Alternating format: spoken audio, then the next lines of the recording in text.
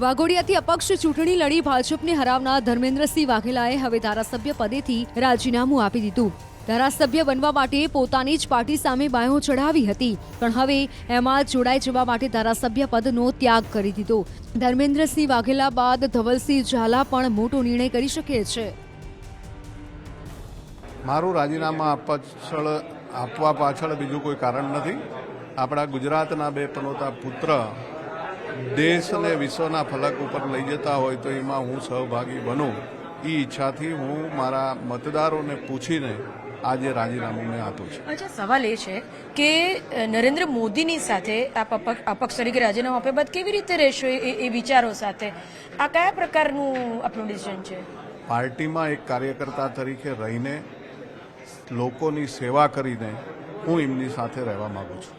પણ અપક્ષ તરીકે જ્યારે આપ ધારાસભ્ય હતા ત્યારે પણ આપે ભાજપને ટેકો આપેલો હતો, તો ઓલરેડી આપ ભાજપ સાથે હતા, એની વિચારધારા સાથે હતા, નરેન્દ્ર મોદી સાથે હતા, અને જે તે સમયે આપે ટિકિટ માટે બળવો કર્યો ત્યારે આપ નરેન્દ્ર મોદીની વિચારધારા સાથે નહોતા, અને બાદમાં જ્યારે જીત્યા અપક્ષ તરીકે ત્યારબાદ આપે સમર્થન પ્રગટ કર્યું, ને હવે આપ પાછા રાજીનામું આપીને એવું કહો છો કે મારે નરેન્દ્ર મોદીની સાથે રહેવું છે એટલે હું રાજીનામું આપું છું? એમની કામ કરવાની પદ્ધતિથી હું પ્રભાવિત થઈને આ મારો નિર્ણય લીધેલો છે। મારી જનતાનો નિર્ણય છે। બીજું કોઈ પણ પ્રકારનું મારા વિશેષ કહેવું નથી। માત્ર ને માત્ર બંને નેતાઓના કાર્ય પદ્ધતિથી હું પ્રભાવિત થઈને આ મારો નિર્ણય છે। અચ્છા, જે પ્રજાએ આપને ચૂંટ્યા, એમના કામ કરવા માટે ચૂંટ્યા, વિકાસના કાર્યો માટે ચૂંટ્યા, હવે જ્યારે આપની પાસે સત્તા નહીં હોય ત્યારે કેવી રીતે પ્રજાને પડખે ઉભા રહેશો? હું ભારતીય જનતા પાર્ટીની સરકાર હોય અને ભારતીય જનતા પાર્ટીના કાર્યકર તરીકે જોડાતો હોય ત્યારે જે મારા વિસ્તારના કામો છે એને વેગ અવશ્ય મળવાની છે, એ મને વિશ્વાસ છે અને ખાતરી છે। એટલા માટે થઈને મારા વિસ્તારના કામો ક્યાંય અટકવાના નથી અને એને વધારે વેગ મળવાનો છે। એટલે આ રાજીનામાથી કોઈ પણ જાતના વિકાસના કાર્યોમાં અડચણરૂપ નહીં થાય। અચ્છા, આપને ભાજપે એના મેન્ડેટ પર પેટે ચૂંટણી લડાવવાનો કોઈ વાયદો કર્યો છે કે લોકસભાનો કોઈ વાયદો કર્યો છે? મને કોઈ પણ પ્રકારનો વાયદો નથી આપ્યો અને હું કોઈ પણ પ્રકારના પ્રલોભનથી રાજીનામું આપીને જોડાતો નથી। મારી સ્વેચ્છાથી જોડાવું છું અને મને કોઈ પણ પ્રકારની પ્રલોભન નથી। આ તરફ બાયડથી ચૂંટાયેલા અપક્ષ ધારાસભ્ય ધવલસિંહ ઝાલા પણ આગામી 10 થી 15 દિવસમાં કાર્યકરો સાથે મંત્રણા કરવાના સંકેત આપી ચૂક્યા છે। જોકે રાજીનામું આપશે કે કેમ એ અંગે તેઓ હજુ પણ બંધબાજી રમતા દેખાયા।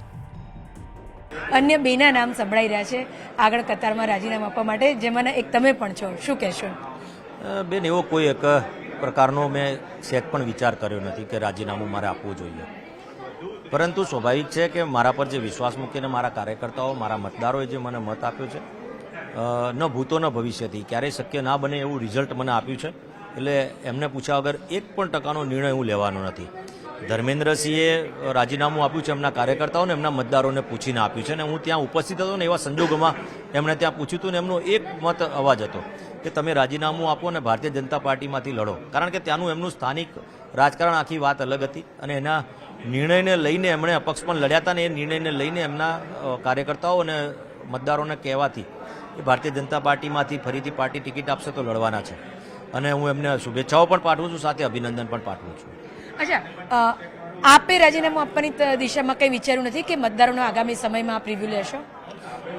આગામી દિવસોમાં મતદારોને મળીશું, કાર્યકર્તાઓને મળીશું, એ પછી જ મારો નિર્ણય લેવાનો છું, પરંતુ મને એટલો વિશ્વાસ છે કે અત્યારે મેં કોઈ પણ પ્રકારનો નિર્ણય નથી લીધો, અને મને એ પણ વિશ્વાસ છે કે કાર્યકર્તાઓ અને મતદારોએ મને ખભે બેસાડીને એ વખતે અપક્ષ તરીકે ઇલેક્શન લડાયું હતું ને એમના કહેવાથી લડ્યો હતો, બાકી મારી કોઈ ઈચ્છા પણ નથી। એટલે એ વિસ્તાર અને મારા ભવિષ્યને ધ્યાનમાં રાખીને એ નિર્ણય લેવાના હશે, અને એ નિર્ણય મારા માટે શિરોમાન્ય રહેશે।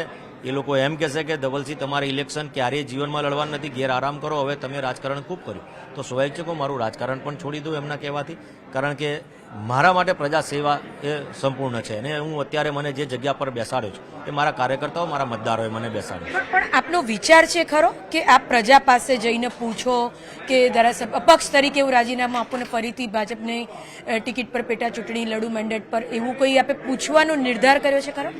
બેન, એવો મેં કોઈ નિર્ણય નથી કર્યો, પરંતુ આ ચેનલોના માધ્યમથી ક્યાંક આવતું હોય એટલે મને કાર્યકર્તાઓના ફોન આવતા હોય છે કે સાહેબ અમને બોલાવો એકવાર પછી વાત કરીએ આપણે.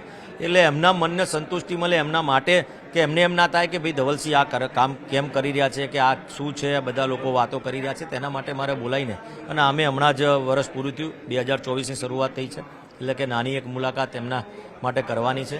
અને પહેલાં જ કહું છું, આપનો જે પ્રશ્ન હતો એ પ્રમાણે કે કાર્યકર્તાઓએ મને ઇલેક્શન લડાયું છે, મારી તો કોઈ ઈચ્છા નથી. એટલે કાર્યકર્તાઓ મને એમ કે તમારે ઘેર બેસવાનું છે, તો સ્વાભાવિક છે કે મારા મતદારો કે એ જ પ્રકારે મારે ચાલવું પડે. અચ્છા, આગામી સમયમાં ક્યારે આપણા મતદારો સાથે મીટિંગ કરશો? આપે કીધું કે ઘણા બધાના ફોન આવે છે, આપ નિર્ણય માટે એમને પૂછ્યો, તો એ સમય ક્યારે આવશે? હું એવું માનું છું કે 15થી 20 દિવસની અંદર કાર્યકર્તાઓને બોલાવીને એમની જોડે પરામર્શ કરીશું. અને આવનારા દિવસોની અંદર લોકસભાનું ઇલેક્શન પણ આવે છે, તો સાથે લોકસભાની પૂર્વ તૈયારીના ભાગરૂપે માનનીય વડાપ્રધાન નરેન્દ્રભાઈ મોદી સાહેબ અને અમિતભાઈ શાહ સાહેબનામાં 26 સીટો કેવી રીતના તાકાતથી અને 5 લાખથી વધુની લીડથી જીતાય અને મારી વિધાનસભામાંથી કેવી રીતના વધારે થાય, બંનેનું પરામર્શ માટે હું એ લોકોને બોલાવવાનો છું. એની અંદર વિચાર કરીને નિર્ણય લઈશું કે શું કરવું આગામી દિવસોમાં.